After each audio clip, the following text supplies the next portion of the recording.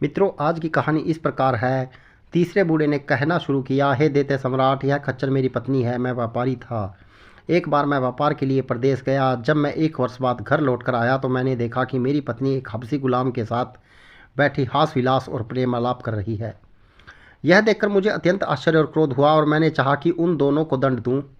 तभी मेरी पत्नी एक जल में पात्र में जल ले आई और उस पर एक मंत्र फूंक कर उसने मुझ पर अभिमंत्रित जल छिड़क दिया, जिससे मैं कुत्ता बन गया। पत्नी ने मुझे घर से भगा दिया और फिर अपने हास विलास में लग गई। मैं इधर उधर घूमता रहा। फिर भूख से व्याकुल होकर एक कसाई की दुकान पर पहुंचा और उसकी फेंकी हुई हड्डियां उठाकर खाने लगा। कुछ दिन तक मैं ऐसा ही करता रहा। फिर एक दिन कसाई के साथ उसके घर पर जा पहुंचा। कसाई की पुत्री मुझे देखकर अंदर चली गई और बहुत देर तक बाहर नहीं निकली। कसाई ने कहा, तू अंदर क्या कर रही है, बाहर क्यों नहीं आती? लड़की बोली, मैं अपरिचित पुरुष के सामने कैसे आऊं? कसाई इधर उधर देखकर कहा कि यहाँ कोई भी अपरिचित पुरुष नहीं दिखाई देता। तू किस पुरुष की बात कर रही है? लड़की ने कहा, यह कुत्ता जो तुम्हारे घर में आया है, तुम्हें इसकी कहानी मालूम नहीं है। यह आदमी है, इसकी पत्नी जादू करने में पारंगत है। उसी ने मंत्र शक्ति से इसे कुत्ता बना दिया है।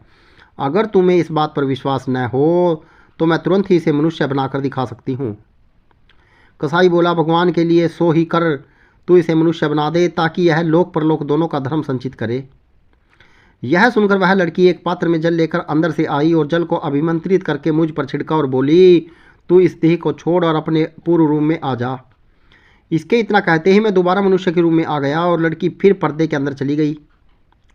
मैंने उसके उपकार से अभिभूत होकर कहा, हे भाग्यवती, तूने मेरा जो उपकार किया है उससे तुझे लोक परलोक का सतत सुख प्राप्त हो।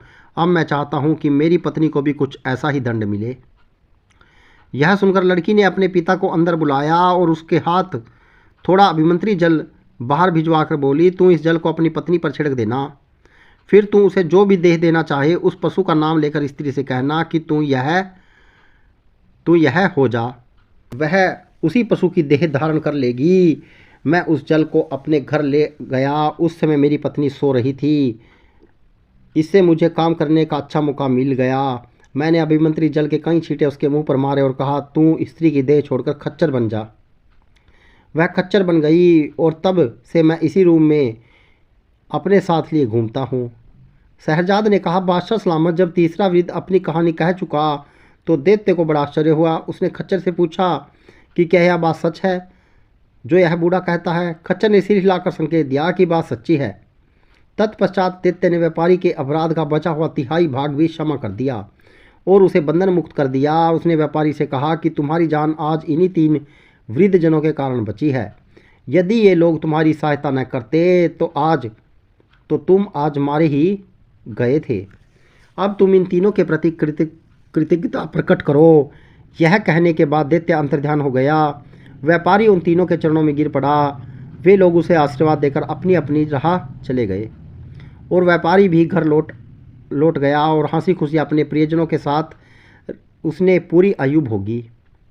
शहरजाद ने इतना कहने के बाद कहा, मैंने जो यह कहानी कही है इससे भी अच्छी एक कहानी जानती हूँ जो एक मछुआरे की है।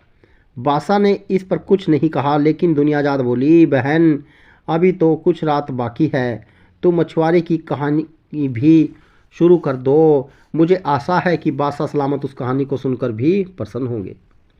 शहरयार ने वह कहानी सुनने की स्वीकृति भी दे दी। शहरजाद ने मछुआरे की कहानी इस प्रकार आरंभ की।